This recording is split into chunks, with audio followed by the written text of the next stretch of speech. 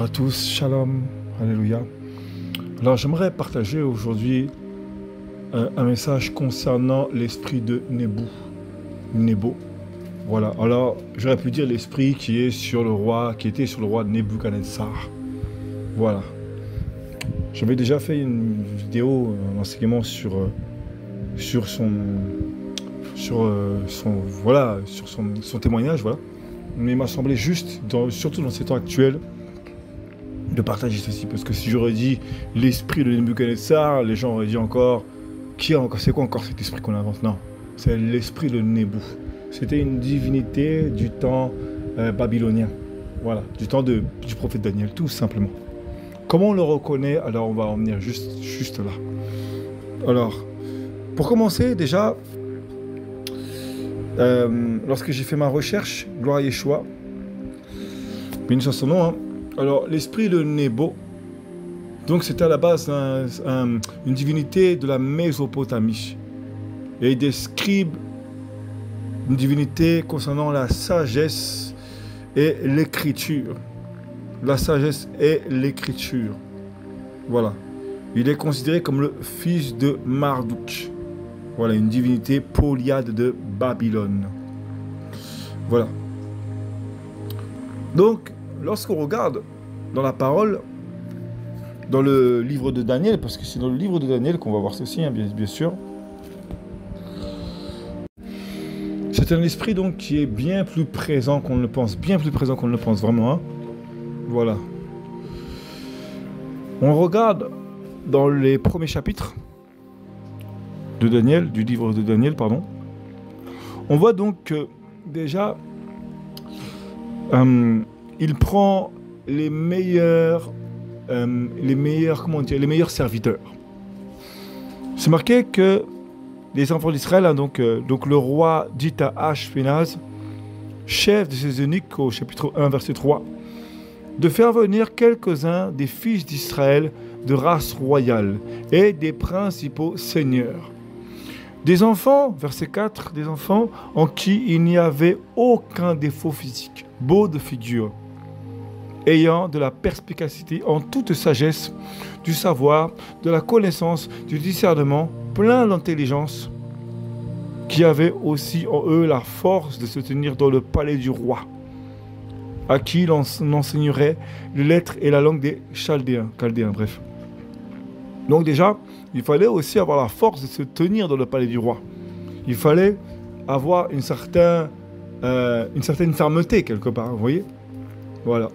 Donc, ce type d'esprit va aussi engager donc des personnes qui veulent vraiment servir, qui ont une forme de zèle, on va dire. Voilà. Ce sont des serviteurs en général. Hein. Lorsqu'on regarde le roi Nebuchadnezzar, on voit que c'était un roi en fait, qui était appelé au Seigneur, parce qu'à la fin, il s'est repenti et il a glorifié Jésus-Christ. Alléluia. Voilà. Alors, je vais en choquer certains également. Je vais vraiment en choquer certains, certainement. Mais je sais que le président Donald Trump lui-même était l'esprit de Nebuchadnezzar des temps modernes. C'est l'un des seuls présidents, sans vouloir le mettre en avant, c'est un être humain, je m'en fiche. Voilà, hein, c'est le seul président qui a pris le courage, de glorifier Jésus-Christ haut et fort. C'est le seul. Voilà. Donc il faut dire les choses telles qu'elles sont. Ce sont souvent des hommes qui sont appelés au Seigneur. Les hommes qui sont pris par l'esprit de Nebu sont des hommes qui sont souvent appelés au Seigneur. Et ils ont un fort esprit de contrôle. Voilà. Et donc, lorsqu'on regarde dans l'histoire en fait, de Daniel, donc, hein, Nebuchadnezzar avait beaucoup de pouvoir. C'est quelqu'un qui était vraiment élevé. Il avait vraiment le pouvoir. Il avait une autorité vraiment particulière. Au point qu'il était brut, il était brutal. Il avait vraiment du caractère, il avait une autorité. Et d'ailleurs, même dans le livre de Yermia, hein, le prophète, Jérémie, il parle de Nebuchadnezzar et il dit « mon serviteur ». Donc il était bien au service de Yahweh. Pourquoi? Pour châtier le peuple. Voilà pourquoi. Donc en général, lorsqu'on voit un homme pris par l'esprit de Nebuchadnezzar, l'esprit qui est en Nebuchadnezzar, l'esprit de Nebou. En fait, c'est quelqu'un qui va vouloir que tout soit carré. Tout soit carré. Qu'il ait beaucoup de choses où l'on montre la sagesse comme exemple. Voilà, ce sera un exemple de sagesse à ses yeux. C'est quelqu'un qui voudra vraiment que tout soit carré. Et il aura beaucoup de... D'ailleurs, on voit dans le passage, hein, lorsque, après les 3 années de mise à l'épreuve de Daniel, eh ben, c'est marqué que le roi s'entretint au verset, au chapitre 1, toujours verset 19, le roi s'entretint avec eux, et parmi eux tous, il ne s'en trouva aucun comme Daniel, Hanania, Michaël et Azaria. Ils entrèrent au service du roi. Quant à toute parole de sagesse et de discernement sur laquelle le roi les interrogeait, il trouvait 10 fois plus de force en eux que dans les magiciens et les astrologues qui étaient dans tout le royaume. Et Daniel fut là jusqu'à la première année du roi Cyrus. Voilà.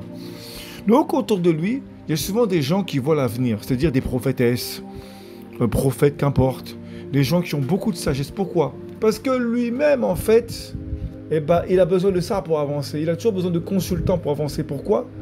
Parce qu'il s'appuie sur lui-même. Il aura une certaine connaissance du Seigneur, mais il s'appuiera sur ce qu'il a déjà acquis. Et non pas sur le Seigneur. C'est là tout le problème. Il y aura beaucoup d'orgueil. L'esprit de Nebou est là pour avoir autour de lui des gens remplis de sagesse. Des gens qui ont vraiment la facilité dans tout ce qui est scribe, lettrage, etc. Des gens qui ont beaucoup de sagesse. Voilà. Parce qu'en fait, au fond de lui, il a été établi. Hein. Il est vraiment appelé. Il a été établi par le Seigneur. Mais il n'aura pas... Vous voyez, il n'a pas cette vraie rencontre, cette humilité de reconnaître en lui-même qu'il n'a pas ces choses. Et là, il va les utiliser. Tout comme il a fait avec Daniel, etc. Il les a utilisés. Il utilise ces gens-là. Et regardez bien après, lorsqu'il reçoit quelque chose du Seigneur, lui-même ne comprend pas. Alors oui, tout le monde n'a pas le don d'interprétation des songes, c'est clair. Tout le monde n'a pas le don d'interprétation des songes. Voilà. Et à ce moment-là, il se met en colère. Il va absolument avoir une réponse. Et c'est là où le Seigneur confond. Il lui montre, tu vois, tu es roi. Je t'ai tout donné, mais c'est moi qui donne. C'est moi qui élève. Ce n'est pas toi. Voilà. Et à ce moment-là, donc, Daniel est envoyé vers le roi. Daniel, il a vraiment du courage. Hein. Il va vers le roi directement. Et, après avoir consulté le Seigneur lui donne la révélation du songe. Au travers de cette situation, il revient après, parce qu'il a reçu. Et il lui prévient vraiment. Au chapitre 2, voilà. Il lui dit, et moi, verset 30, et moi, ce n'est pas par une sagesse qui soit en moi plus qu'en aucun des vivants que ce secret m'a été révélé. Mais c'est afin que l'interprétation en soit donnée au roi et que tu connaisses les pensées de ton cœur. Ça, c'est un passage très important. Ce songe lui avait été donné pour qu'il connaisse les pensées de son cœur, c'est-à-dire les motivations, ce qu'il pensait, les désirs de son cœur, ce qui était vraiment caché, enfoui au-dedans de son cœur. Pourquoi? Parce qu'à la suite, au verset 31, c'est marqué « Au roi, tu regardais et tu voyais une grande statue. » Vous voyez? C'est-à-dire que Daniel lui a averti, Daniel avait compris qu'il avait beaucoup d'orgueil. Mais que voulez-vous qu'il lui dise? C'était le roi. Il avait tous les droits. Certes, il avait été établi par Yahweh, mais ce n'était pas une raison. Voilà. Alléluia. Donc à la fin, au chapitre 3, et c'est là où, avant le Covid, le Saint-Esprit m'a vraiment dévoilé ces choses-là. Au chapitre 3, il est marqué « Le roi Nebuchadnezzar fit une statue d'or, dont la hauteur était de 60 coudées et la largeur de 6 coudées. » Enfin bref, voilà. Voilà, c'était dans la vallée de Doura, de la province de Babel. Le roi Nebuchadnezzar envoya des messagers pour rassembler les satrapes, les intendants, les gouverneurs, les conseillers, les trésoriers, les jurisconsultes, les juges et tous les magistrats des provinces, afin qu'ils se rendent à la dédicace. Vous voyez, la dédicace, la même fête que Yahweh, la dédicace de la statue que le roi Nebuchadnezzar avait dressée. Et ça représentait lui, cette statue. Voilà. Alors, ils se rassemblèrent, les satrapes, les intendants, les gouverneurs, les conseillers, les trésoriers, les jurisconsultes, les juges et tous les magistrats des provinces pour la dédicace de la statue que le roi Nebuchadnezzar avait dressée.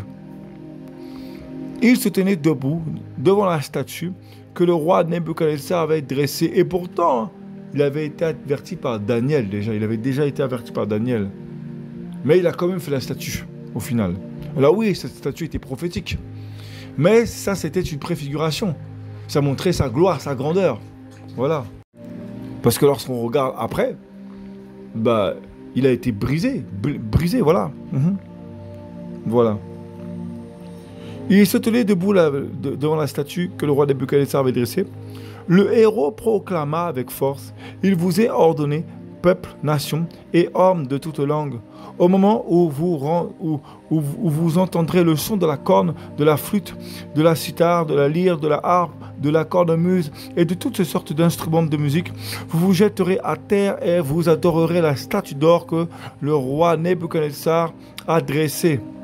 Quiconque ne se jettera pas à terre et n'adorera pas sera jeté à l'instant même au milieu de la fournaise de feu ardent. » C'est pourquoi au moment même où tous les peuples entendirent le son de la corne, de la flûte, de la cithare, de la lyre, de la harpe et de toutes sortes d'instruments de musique, tous les peuples, les nations et les hommes de toutes les langues se jetèrent à terre et adorèrent la statue d'or que le roi avait dressée.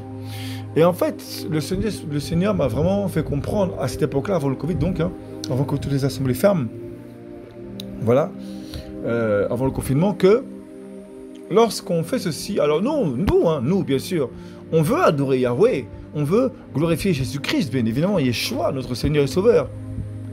Mais c'est pour l'inauguration et adorer une statue que l'on fait ça.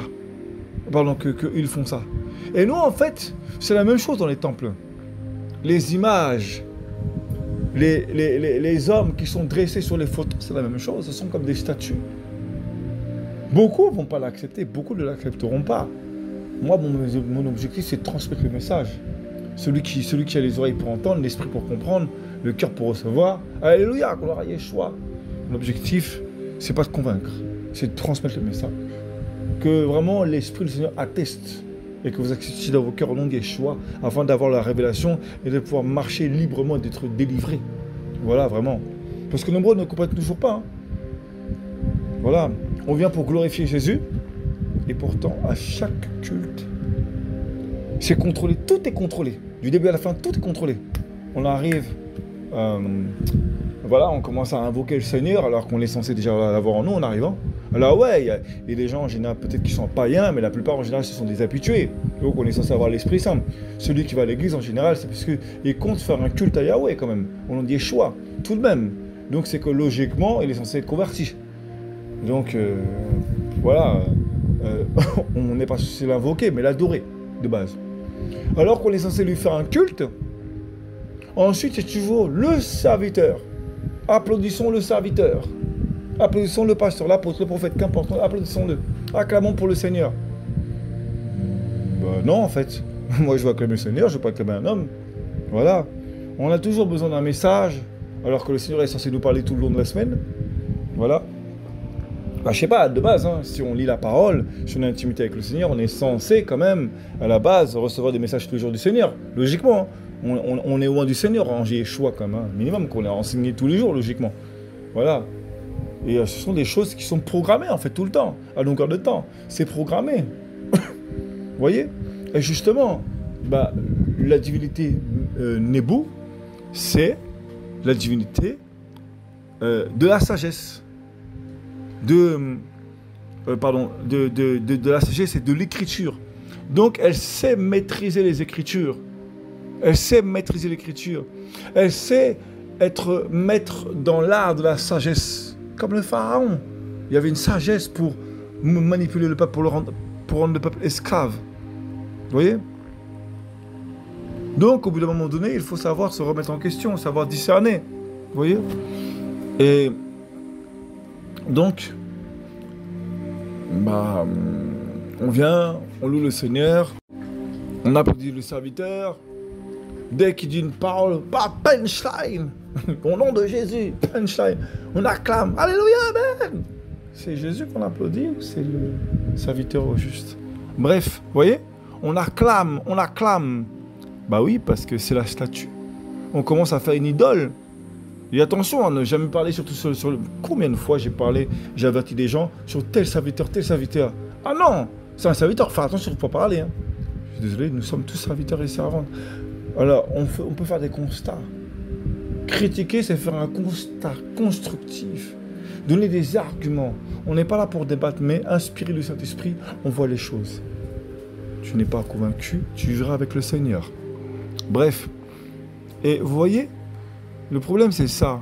Le roi de Nebuchadnezzar avait établi des personnes autour de lui qui avaient de la sagesse, beaucoup de sagesse, même des magiciens. Il avait établi des gens, des âmes. Et pendant les cultes, c'est toujours un homme qui a la tête, ou une femme, bref, qu'importe, qui a la tête. Et au début donc, c'est la louange, l'adoration, et puis après, le message. D'ailleurs, c'est rare aujourd'hui les cultes où il y a témoignage, toute la journée témoignage, c'est rare, ou alors c'est programmé. C'est rarement inspiré du Saint-Esprit, en général. On programme, tout est programmé. Bah oui, parce que, faut bien contrôler. Voilà. Hein. Les âmes sont incapables d'aller voir les serviteurs pour leur dire « Excuse-moi, mais dans les Écritures, c'est comme ça. C'est pas comme tu le fais. » On est incapable. Pourquoi? Parce qu'on a peur. Bah oui, parce que l'esprit de Nebuchadnezzar, l'esprit de Nebuchadnezzar, pardon, il a le contrôle. Il est assez autoritaire, comme Nebuchadnezzar. Que Nebu protège la couronne du roi. Bah oui, c'est ça. On pourra me critiquer, hein, dire que oui, que je me repente. Ça fait des années que ça m'a montré ça. Voilà. Hein. Gloire à Jésus. Hein. Donc voilà. Et en fait, on bloque le Saint-Esprit. Après, dès que le message est fini, quelqu'un veut prier, maintenant que je donne un message, qui a besoin qu'on prie pour lui? Venez devant. Et en général, la plupart du temps, on voit la moitié de la salle qui va devant pour qu'on prie pour eux. Waouh! Non, en fait, je rigole, mais c'est même pas marrant, en fait. C'est waouh! C'est chaud, comme on dit. Bref. Et après, on va donner la dîme et l'offrande. Et puis après, pendant la dîme et l'offrande, il y a la louange. Toujours des louanges programmées. Toujours des louanges qui ont été programmées. Oh non, Jésus, je donne la dîme, nanana. Alors chacun fait ce qu'il a à cœur. Je suis pas là pour maudire la dîme. Non. Franchement, voilà. Hein. Chacun fait ce qu'il a à cœur. Non, chacun fait ce qu'il a à cœur. Voilà. Hein. Le Seigneur fait ce qu'il veut. Je ne suis pas forcément pour la dîme, mais le Seigneur peut tester le cœur de quelqu'un. Donc ça, chacun ensuite son intimité avec le Seigneur. Là où je voulais en venir, c'est que tout est toujours programmé. Et ça, c'est l'esprit de contrôle, l'esprit de Nebu, qui va avoir le contrôle.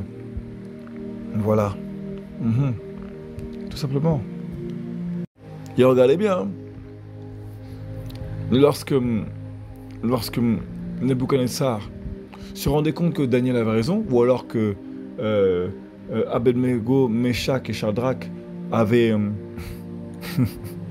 raison, parce qu'il les a envoyés dans le feu à un moment donné, et puis Yeshua était là, hop là, il les a sauvés. Oh, tout de suite, il a reconnu, vous voyez, l'esprit qui était en Nebuchadnezzar était tellement chamboulé parce que Yeshua avait agi, que là, hop, s'il y avait comme une délivrance soudaine.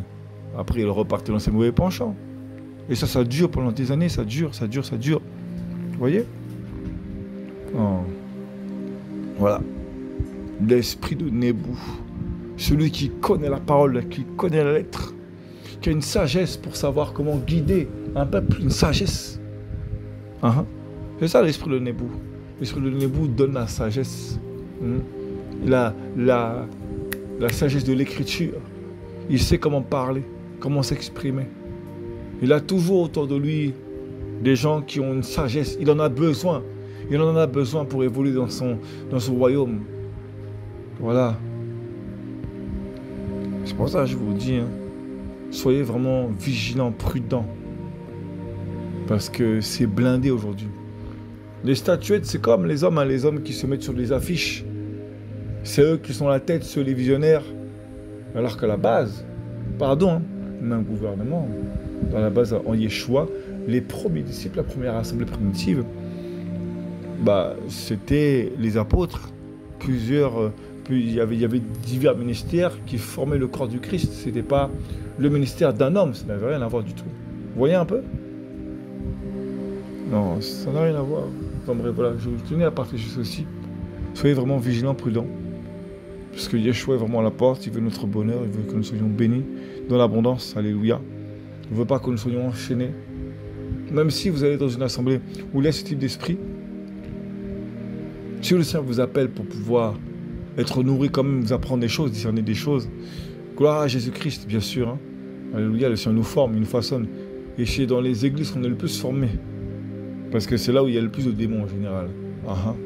Voilà, des gens qui viennent à Jésus, qui viennent à Yeshua, et puis qui malheureusement après retournent dans un état pire qu'avant. Voilà, parce qu'ils ne veulent pas écouter le Saint-Esprit.